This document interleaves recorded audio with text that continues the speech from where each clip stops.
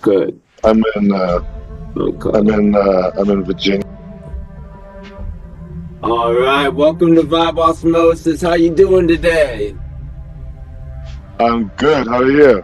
Hanging in there. Welcome to the Good. amazing ether of the plethora of the internet that sucks you into the black hole. So let's get on into it. You're the mysterious Brad Stank artist, and I've been listening to your music for quite some time. I was wondering what inspired you to start creating music. That was a great intro. I would say I got super into Kurt Cobain and Nirvana when I was a kid, and stuff like that. Old grunge stuff. I saw School of Rock when I was like 10 years old. I wanted to be the drummer in that band, so Fuck yeah. Okay. yeah. So that was kind of that guy made me want to stop playing drums, you know. So you're kind of like a Ramones and classic rock fan. Yeah, I guess so. I don't really listen to. I guess I never really got super into the music in School of Rock, you know. But I mean, it's good time, so Yeah, that's true. you know. But yeah. What do you think of like the '90s stuff. What do you think about like the Toxic Avenger, Class of Nukem High, Trauma films? Are you into those kind of weird films too? Oh yeah, no, I don't know those films, man. I don't know.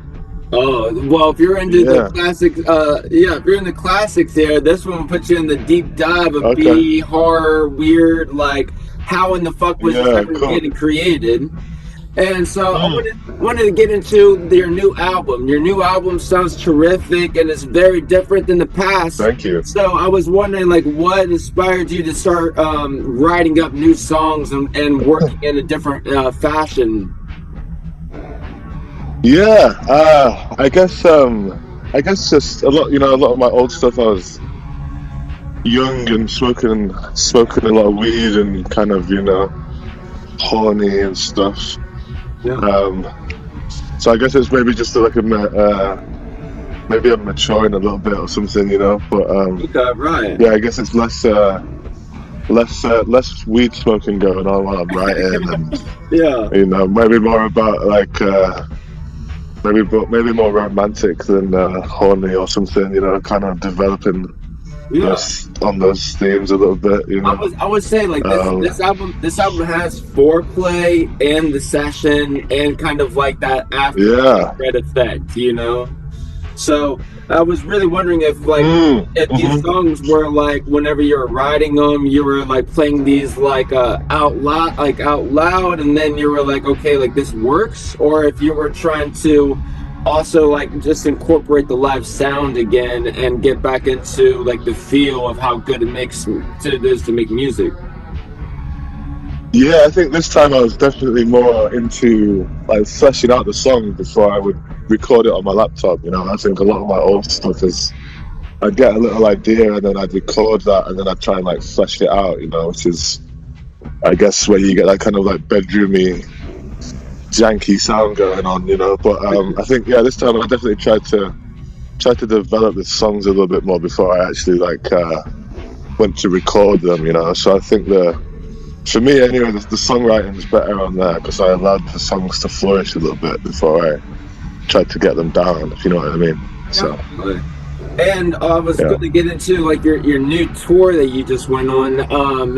And like, did you have like a place where you were like, I really had to get here and play there, or was this tour like one of those ones where you had this new record and you knew that the audience had to come out and see like what was going on now? Yeah, I guess there's a couple of places I really wanted to hit, you know. Like Texas, the 2 shows we did in Texas were great. I've been getting a lot of people asking me to go there for a while. So that was really fun. I mean, yeah, we kind of just like I have like a guy that books the shows, you know, so we kind of end up wherever we end up. But they were all great. I didn't know much about like Atlanta before we went there, but our show there was amazing. You know, I've never been to Nashville before. That was really cool. So yeah, we hit some new places on this tour that were really fun. Philadelphia was really cool too, you know. And then I guess all the like West Coast stuff we'd done already, but they were, you know, we had people coming again. We were there at the first shows and stuff. That was super nice.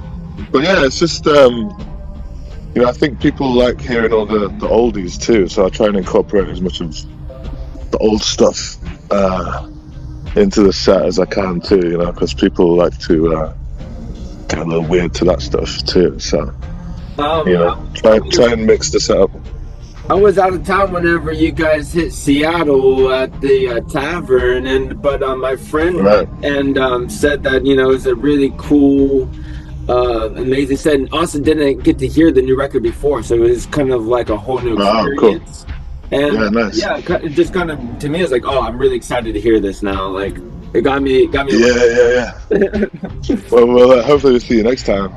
All right, so with creating music and also recording it on your laptop, is there ever like a moment whenever you realize that you are having to kind of be like your own mixer and master engineer? Do you ever kind of like get like into like the zone of like, okay, I record it one day and mix it and master and try to hear how it sounds another day? Like, what's your process?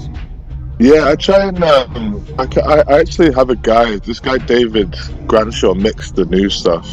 Okay. And I also did do some bits, some stuff like keys and stuff like that, and I guess any instrument that I don't have in my house. I did that at my this guy Charles Watson's studio. Charles is a really good like solo artist too. Okay, so he's got like a studio in London that I went to a few times to like record extra bits, you know. But I'm not a great mixing guy. I try and make the demos. A lot of the stuff you hear on that is recorded in my room, and I try and make it kind of sound as good as I can when I'm at home, you know. But luckily I have like another guy to do the finishing touches and stuff, I guess. So yeah, I try to make it sound as good as I can before anyone else touches it, you know. But yeah, I kind of suck at mixing, honestly. So yeah, I get other people to do that stuff. So what would you say is your favorite part about making music or recording music? Yeah, I guess that initial sort of excitement when you feel like you've got something you can vibe to, you know. If I like make something in the house on the laptop and I kind of play it back, and you kind of get excited, like imagining what other people would think, or, you know, like, oh, you know, I think maybe people will like this one, or I guess yeah, I can be a bit of a guy that like will record something and then I'll just listen to it on loop for like 2 hours, you know, because I'm kind of excited about it. So yeah, I enjoy doing that, you know. It's yeah, getting excited about the lyrical content, or just like maybe little bits in the song that feel good and stuff, you know. And I guess that's probably my favorite part. Yeah, is I guess realizing that it might be a new realizing you maybe made like a new favorite or something, you know. Like I think I had that quite a lot on the new records. But yeah, some of those songs are like my favorite stuff that I've probably ever done. So yeah, that initial little spark, you know, is always super exciting. So this is a essential vibe osmosis question. If you had a time machine, if you could go forwards or backwards, would you go? What would you do? What would you choose, and also why? I'd definitely go backwards. Past, man. Past, future, 10. All right, so what would you choose? Why? Man, there's so many places, I guess, or times. Maybe, like, you know, maybe go to, like, the Cavern Club in Liverpool to see the Beatles play in the early 60s or something, you know? Or, like... 19, okay. Yeah, or, like, New York in the 50s. Definitely, right. With the early 50s with the jazz stuff, you know? It's all based around music and stuff, you know. So again, you know, goes like late 80s, early 90s, Seattle, you know, see the grunge stuff kicking off or whatever. It would be amazing to see but it'd be it'd be hard to beat going to early Beatles shows or something. You know, I think that's probably the number one thing I'd want to do. So, because like you really have to think about the unprecedented sound and how brand new and exciting that must be to have that created. I really have thought about that experience and that movement, and that's also like something that I feel like inspires a lot of artists to figure out how to like revolutionize and change things. So I was thinking about like with your music right now, what do you kind of like plan to do next? Do you have like another idea about coming up with another tour or album, or are you already working on some more stuff? Yeah, well, I think I want to lock in a little UK, maybe Europe tour for later this year. Okay. But I think it's honestly, since this tour finished, I kind of just want to get back to my laptop and make a new record so we can do it all again next year. Honestly, that's kind of the goal. But I have no idea what that music will be yet. But you know, I need to kind of start conceptualizing it all or whatever. But that's kind of the goal, I guess, is make something that enough people like so you can do all the touring and stuff again. You know, because it's super fun. Okay, so now if you were stranded on the island and you could only bring one thing with you, what would you bring? What's your thing? Oh man, I have no idea. I guess it's got to be the guitar, right? All right, can't live without it. Or the laptop. Or the ciggies. Or the cigarettes, maybe. I thought about, I've been watching Naked and Afraid a lot, and I was like, I wonder if anyone has ever been like, can I just get like a pack of beer, or can I just like shoot like a cigarette? Like, come on. Be like my one thing is something selfish. Like, here's like a beer bag. Like, come on now. Right. Yeah, sometimes, especially desert islands, you know, I feel like a ciggy and a beer go pretty well with that vibe, you know. Yeah, you can't. Yeah. So here's some of the things like with like music. It's always like inspired by other music. So what's some like music that's inspired you lately? I love Earl Sweatshirt. His new music is great. Yeah, all of his stuff is great, man. So I love that guy. It's not obviously like doesn't really sound like my stuff, but I think it's just inspiring anyway, you know, because it's so creative and Mike as well. His the rapper from New York. He's so creative. Got a lot down. I guess a lot of stuff, like a lot of rap stuff, a lot of like cool indie stuff. You know, I think. Indies going in a way where like Big Thief thing where like she's kind of like the lyrics are so vulnerable and stuff and kind of like day to day that it's kind of beautiful, and I think I agree that can be kind of scary to do for me, kind of be super vulnerable. So I think that's kind of inspiring too, you know, to kind of like allow yourself to like make yourself cringe or something, you know.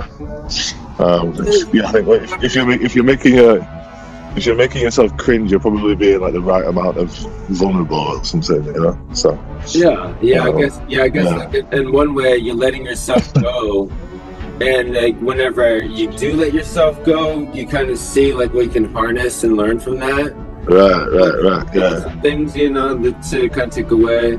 What about the movies that you've watched lately? Movies. You know, what I'm actually bad with movies, man. I watched The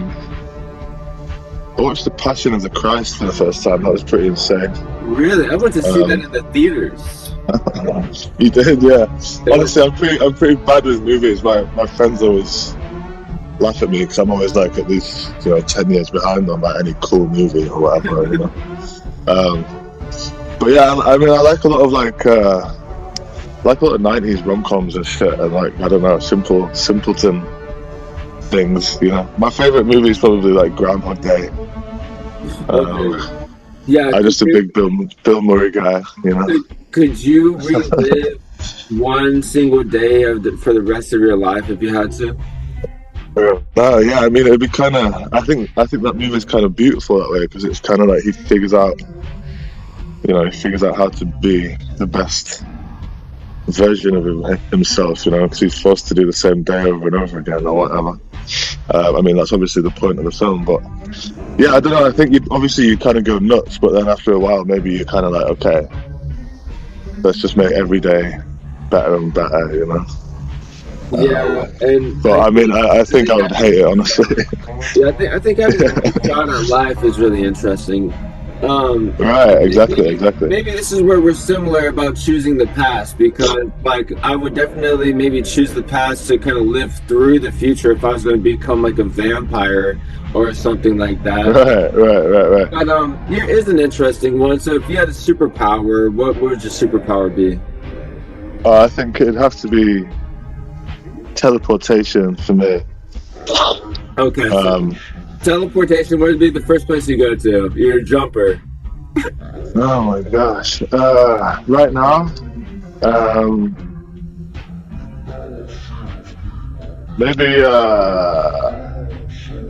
maybe just like back in the pub in England, with a few of my friends or something.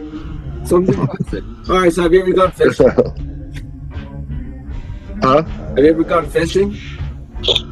I actually haven't, no, but a lot of my friends are into fishing. I feel like I need to start doing that, It is something where it's like if you're brought up in like, I don't know, country or rural areas, I feel like I'm from like southern Ohio, so I feel like people would just kind of naturally fish.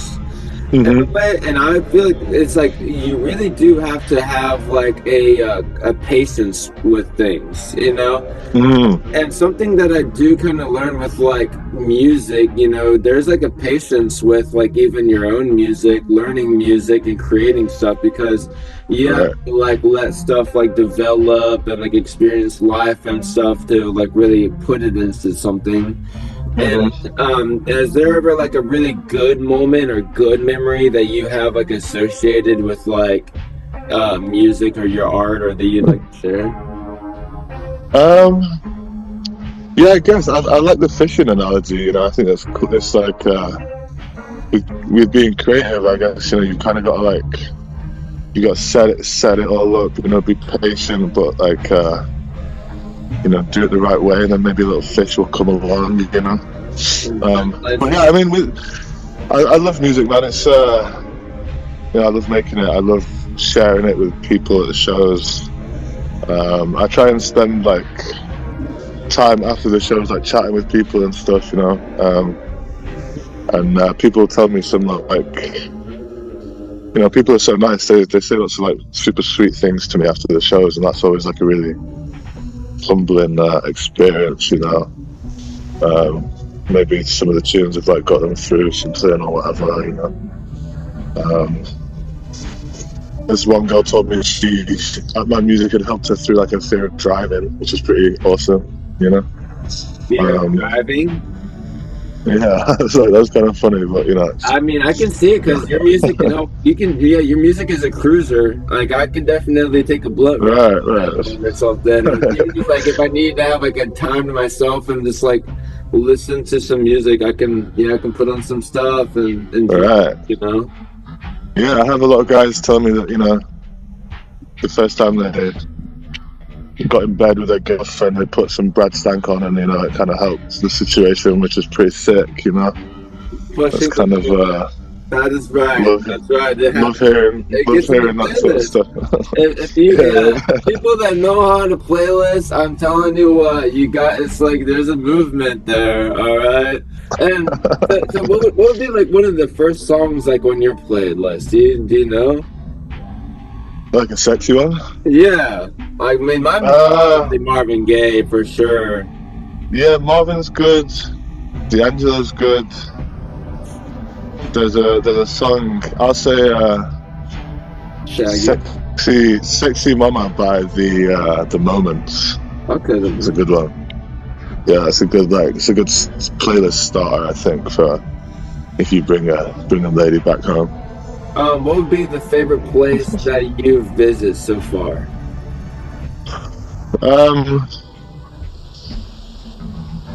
Honestly, I loved being in Philly recently. West Philly's amazing.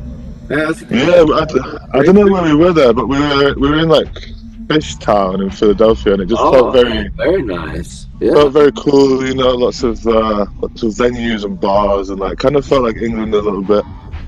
Okay.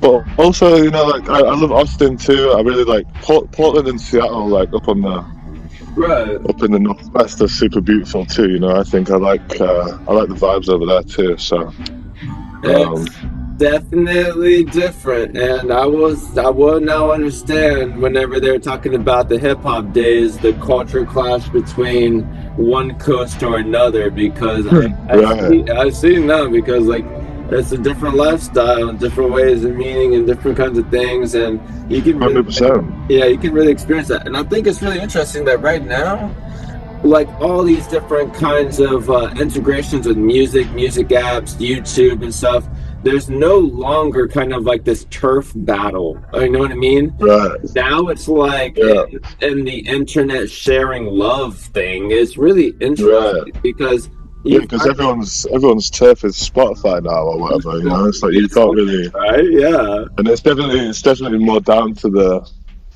listener. You know, I think, rather than like record labels trying to create beef or music magazines or newspapers trying to create beef. You know, it's kind of like people just can be into whatever they're into. You know, which is cool.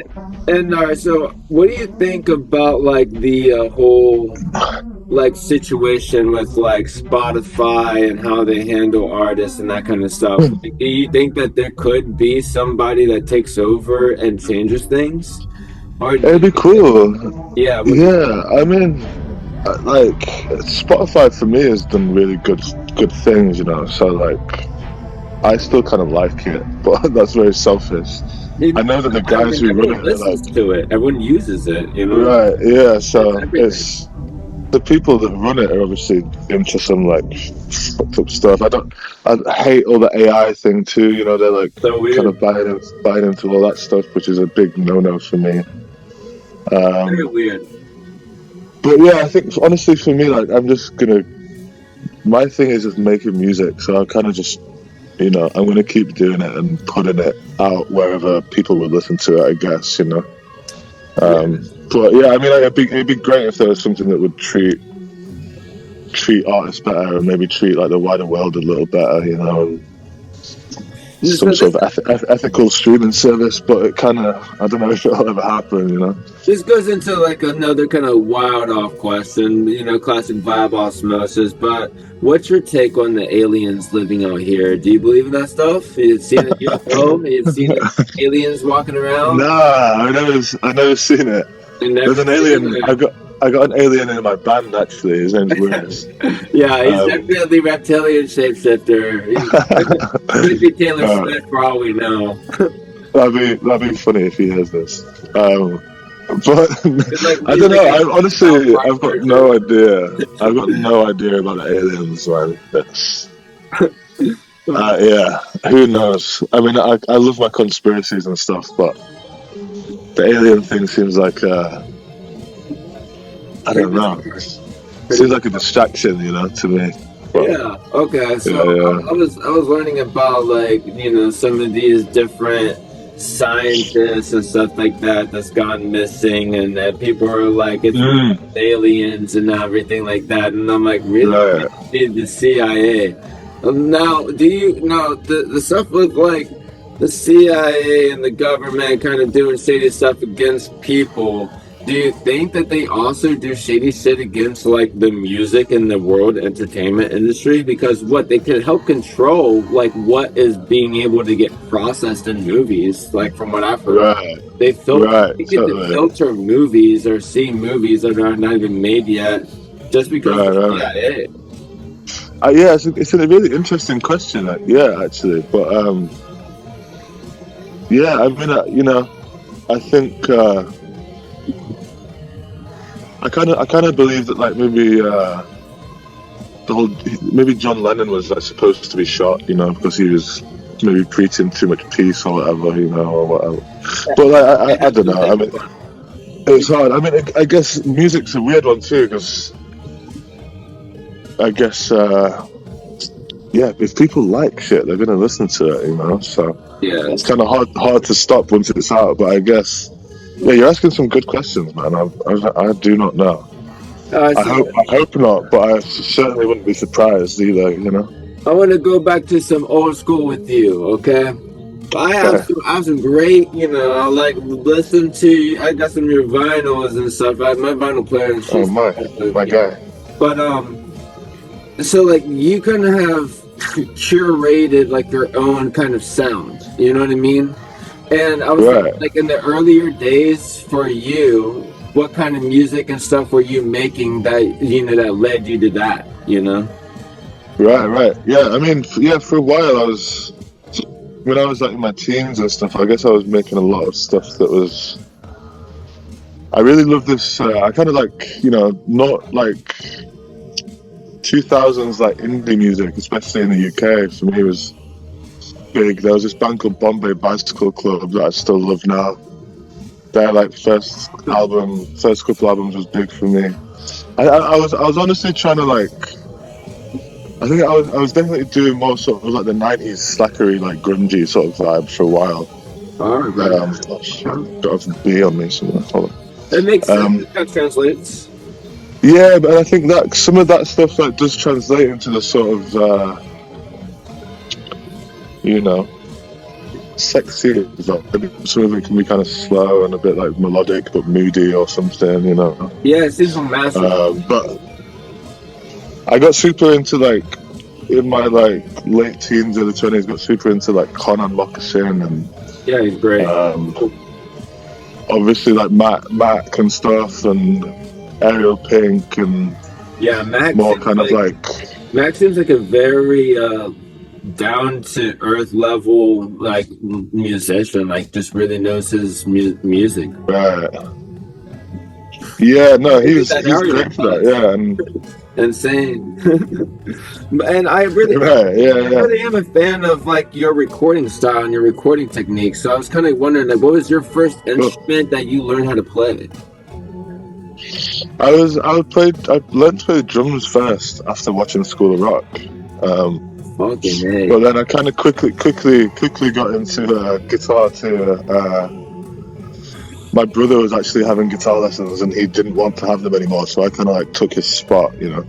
Started learning how to play guitar, but I was writing from like pretty young, but obviously, not anything good or like anything that I would want people to hear. But I guess I was just like writing I guess I started writing maybe when I was like 14 or something. So by the time I was like in my early 20s, I'd kind of like, if you're writing every day, you kind of have that time to develop your own little, your little style or whatever. So I guess it's just like an accumulation of everything that I've been into throughout my life or something, So one of the last round, some questions, okay? All right, what's like your ultimate last meal? What would be your last meal? Oh my God. I guess it would have to be like a Sunday roast made by my grandmother. Okay, something good, homemade. I like that. I've never heard anyone say something homemade. That's really. Thank you. If it's gonna be my last meal, I want it to be my grandma's Sunday roast. That's a vibe first in like 80, 90 episodes. I'm like so amazed by that. That's great.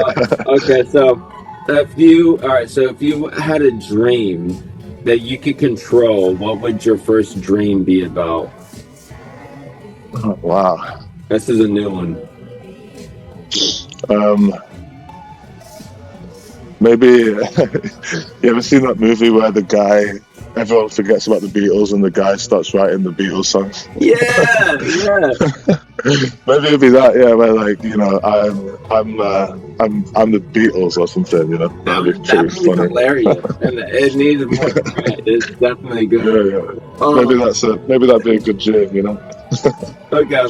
So this is also kind of like back to the music. So like with you recording back at home and stuff, like what's like your favorite instrument that you like to start with? It's normally just the guitar, you know. Okay. What was your first Maybe I'll guitar that you bought? My first guitar is it's just a Strat, Fender Strat, left-handed, like a cream one. It's actually the one that I brought on tour this time. I still play it all the time. I'm kind of attached to it.